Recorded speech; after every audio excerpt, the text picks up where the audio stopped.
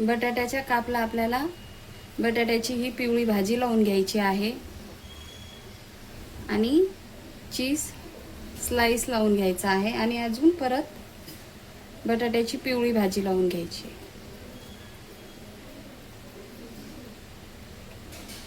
वरून अजून बटाटा लावून घेऊया.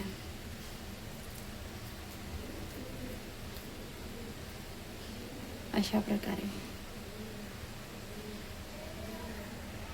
आपण आता ही बटाटा भाजी तळून घेणार आहोत. गॅसवर आता आपण कढई ठेवलेली आहे तेल गरम होण्यासाठी. आपण आता भजी तळून घेऊया.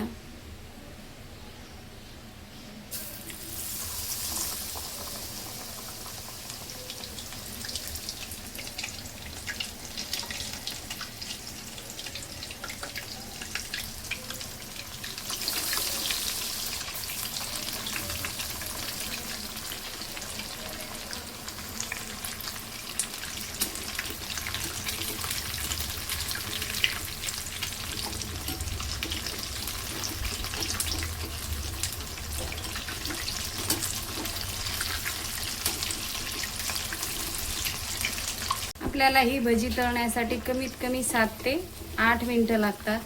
आतून भजी कच्ची नाही राहायला पाहिजे. आता आपण ही भजी काढून घेऊया.